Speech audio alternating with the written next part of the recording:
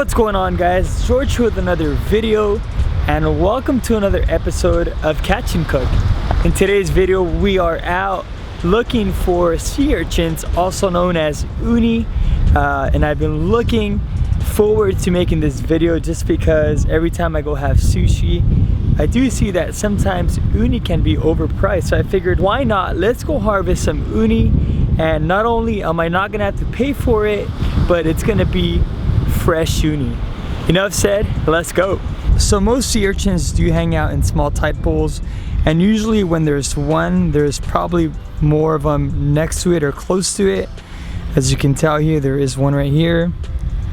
All you have to do is just grab it. Oh, just go ahead and grab it. A lot of people do the mistake to walk barefooted sometimes near the beach, and if you step on one of these things, all the little spikes will go on your toes, so make sure you don't step on one of these things. But as you can see right underneath, that's its mouth, and they're pretty interesting looking creatures. These are actually in the same family as sea stars, and when you open them up, they will have 5 different sections really similar to a sea star. And right here there's actually another one right next to it. I'm just gonna take it off.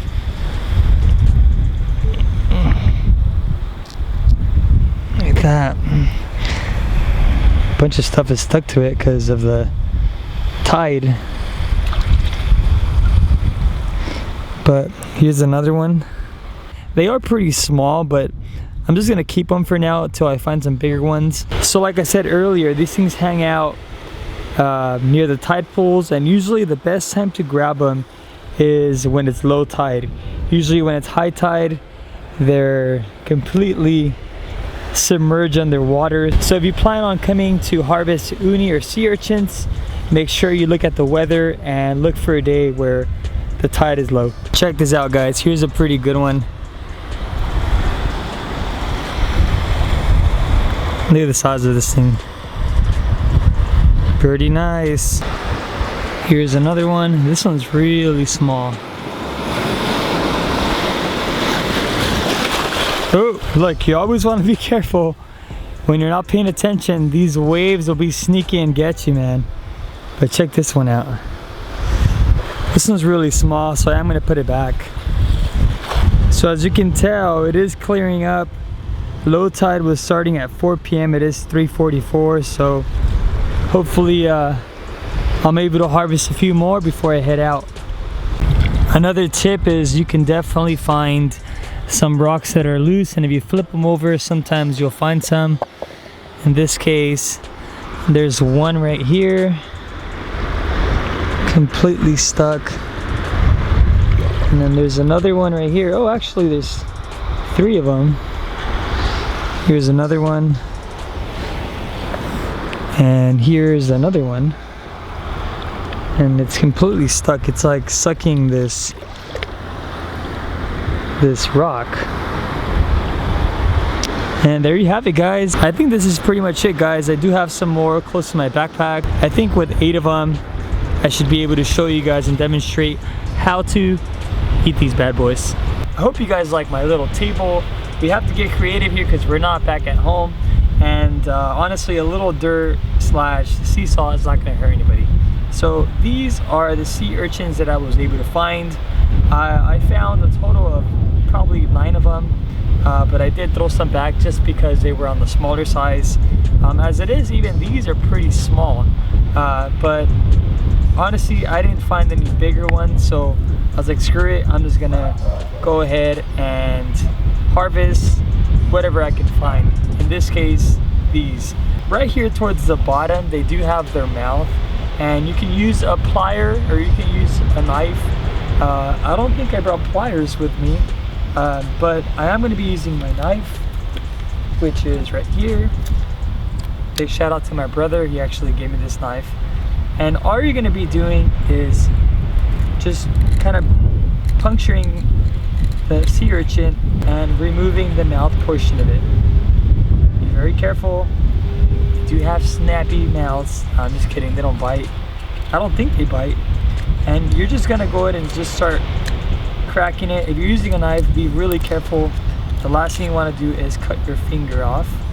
And normally for these, you do want to rinse it in salt water just so you get that flavor and you don't lose that salt water flavor. I'm pretty far from the water right now, so I'm just going to use a little bit of water just to rinse off whatever is in there. I'm just going to crack it open because we are running out of light.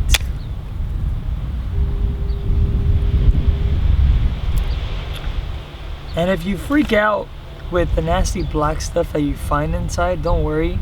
All it really is seaweed. And these are pretty small, so this is a piece of uni right here. If it was bigger, these things would be massive, like completely massive.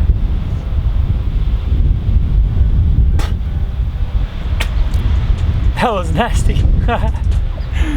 Oh goodness. You know what? I'm gonna go for the bigger one because that one tasted nasty.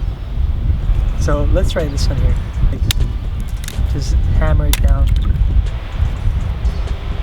Oh yeah, this one's much better. As you can see here, the uni inside this one is a lot bigger.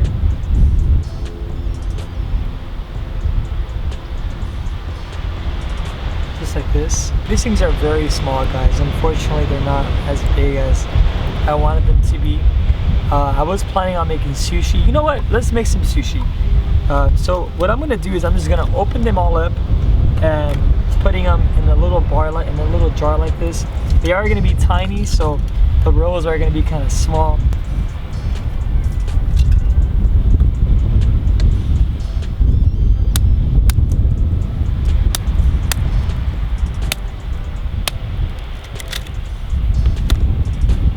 If you see the uni and it's not orange, most likely it's gone bad, so don't eat it.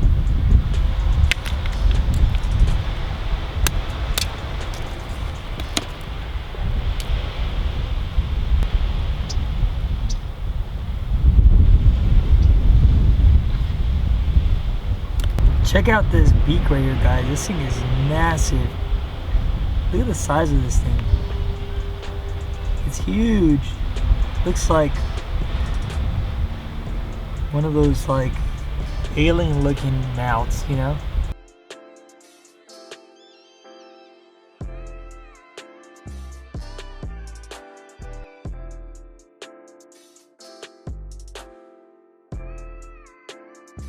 So you might be wondering, George, where the heck did you get the rice and seaweed? Well, I was pretty smart. I went to Hawaiian Barbecue and I bought some of these Famasubis. So I'm gonna take the seaweed out. Pretty smart, huh? All right, here's the seaweed that we're gonna be using. And we have the rice. Bam! Oh. What I'm doing is grabbing a little piece of rice. Like this. Nothing fancy. Bam, we're gonna put it on top of the rock. You guys are probably watching this and tripping out, huh? Because I'm tripping out myself. I'm no sushi master, but I'm sure it's gonna taste good. We're gonna grab some seaweed. I'm gonna wrap it around. Just like that. All right, now we're gonna put the uni right on top. All right, so here you have it. A roll of 4. Let's give this a shot and see what it tastes like. Surprisingly, the uni is very creamy. It has a very creamy texture. It is really sweet. It's really hard to explain. I've never tasted something similar to this, but it's definitely creamy, and it is on the sweet side. So I'm not sure. Let me try one more and let me confirm with you guys. Yeah, so it's definitely creamy. It's weird. It's like, it's creamy and sweet at the same time. I'm not sure if it's supposed to taste creamy and sweet, but definitely creamy and sweet. Alright guys, here's the last one. Let me remove this little piece of stuff that it has on it. Cheers. So honestly guys, this has been a pretty interesting experience eating sea urchins. It's definitely not something just anybody wants to try, because it is kind of a, I'm not gonna call it a delicacy, but it is a little weird if you're not into eating raw stuff, if that makes any sense. But in my case, I'm pretty crazy and I do love trying new things, and I figured why not go out there, look for some sea urchins and harvest some sea urchins and try them for myself. I've never had sea urchins before, not even at a sushi bar, nowhere. So I did do some research before I came, which is why I knew how to crack them and whatnot. Did I have pliers? No. Did I have the right equipment? Probably not, but it got the job done. Like I said, unfortunately these were kind of small.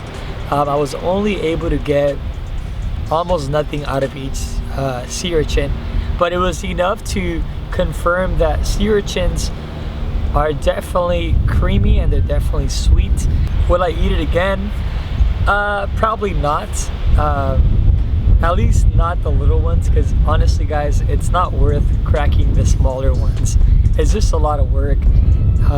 If I did find some bigger ones, then most likely I would be down to try it again and make some sushi rolls again. But that's pretty much it guys. I do encourage you guys to come out and harvest mussels, harvest sea urchin, harvest anything you can, go fishing, go in the outdoors, just explore, hang out. It's definitely refreshing. It gets away from the hustle and the bustle. Even if things don't go as planned, for example, in my case, I didn't find big ones where I can show you guys and just eat one raw and just make, you know, make a solid piece of sushi. But it's so fun. You still get to go out, you still get to just kind of disconnect from the world a little bit and completely just have a blast. So if you guys are loving these type of videos, do me a favor, comment, share, and subscribe. And if you guys want me to catch something in particular, you can definitely comment below and I'll do my very best to make that happen for you guys. As always, thank you guys so much for watching, and I'll catch you guys in the next Catch and Cook. Peace.